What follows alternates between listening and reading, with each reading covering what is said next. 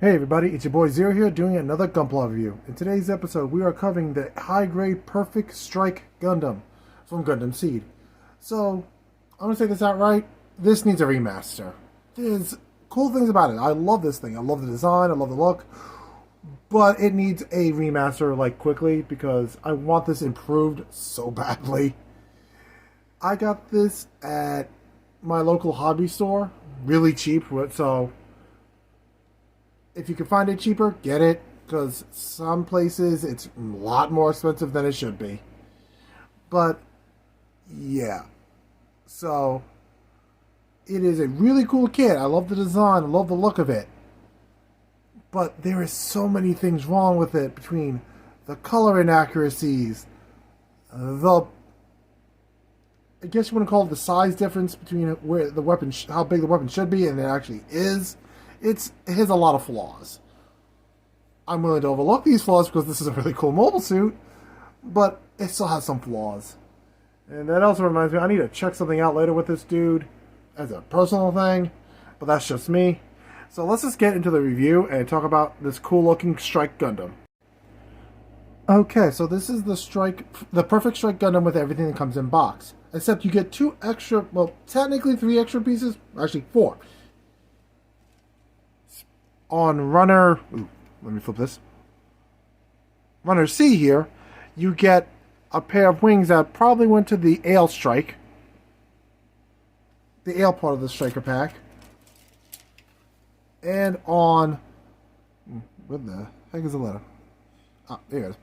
On runner B here, see, can't really see because it's white, but yeah, this is the B runner. You get actually part of the backpack again. So you get these 2 spare pieces. So if you're building the old school version of the Strike, you now have 2 spare pieces for it. So let's go back to the actual other stuff that aren't extra. You have a decal sheet. This horrendous color correcting sticker sheet, which doesn't even correct all of it. If I sounded disgusted with it, because I am. The beam saber hand, because these are always fun. He says sarcastically, even though he hates the living daylights out of it. Like, seriously, you couldn't even make this in grays? Everything about this is wrong. Wire for the hook. And the grapple part of it. You would attach the wire into here. And then attach this little black piece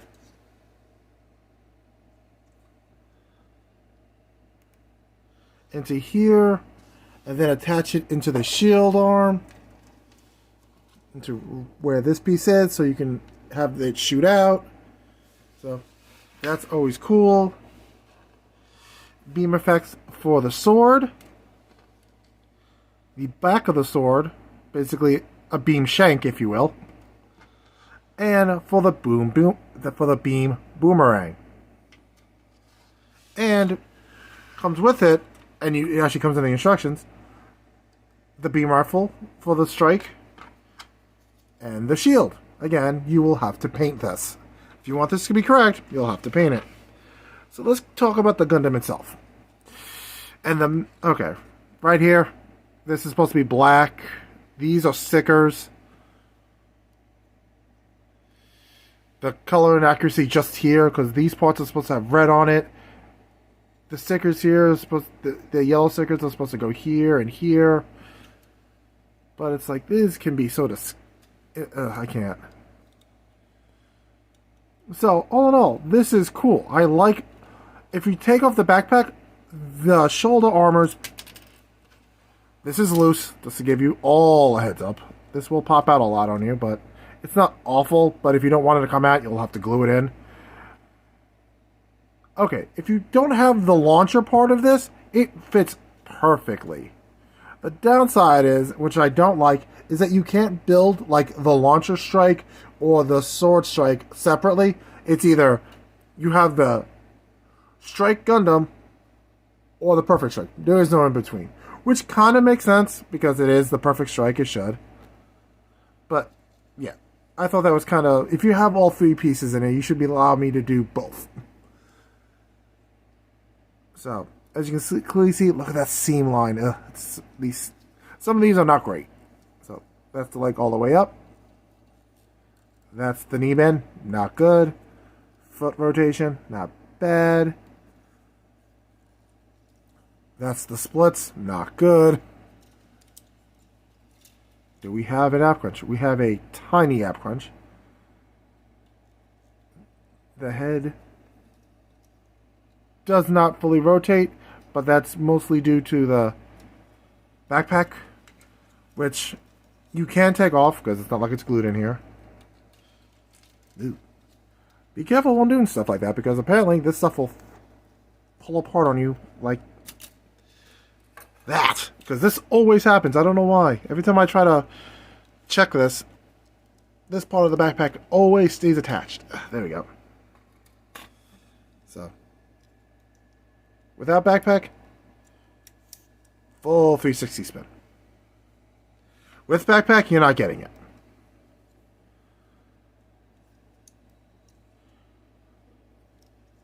That's the arm all the way out. That's awful. Arm all the way bent. Again, not good. Without the backpack, solid. Nothing's falling off this dude. But like I was saying before, the color inaccuracy is pretty bad here because the part of the chest is that's supposed to be black is red. So you will need paint for this. I'm sorry. Paint or patience with the stickers. And of course you can swap this shield for the regular shield. And what I want to test is if I can take off this armor and put it on my regular Strike Gundam. I'll do that on another time, but if any of you have done that before and it has come out successful or unsuccessful, please comment down below and give me the heads up so I don't waste my time. And so, for the majority, this is basically the same AL Striker pack, except we have all these extra batteries. So, building it, if you've built the old school Strike before, you've done it a billion times, this is no different. Except now you get this part added to it. You can attach both weapons. But here's the annoying part. The Launcher Striker doesn't fit properly onto the side of the body it's supposed to be on. Because of how big and bulky the blue part of the Sword Striker parts are, it actually clashes with it, so you actually have to partially disconnect it. You know how annoying that is? And connecting it wasn't easy to begin with.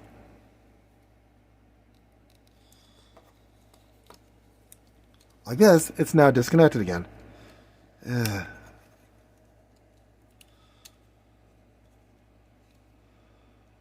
Because this clip right here is supposed to fit in right here. Keyword, supposed to. The question is, does it? The answer does not surprise me. It really doesn't. It does and it doesn't, and I can see why a lot of my fellow reviewers say, yeah, this is okay, but this is kind of bad. I don't see it as bad, I just see it as they had to make do with the technology and the stuff they had when this was made. So there's going to be flaws in it, like all of them. But this definitely could use a remaster.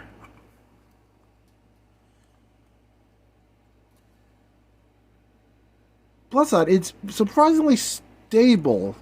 By that I mean,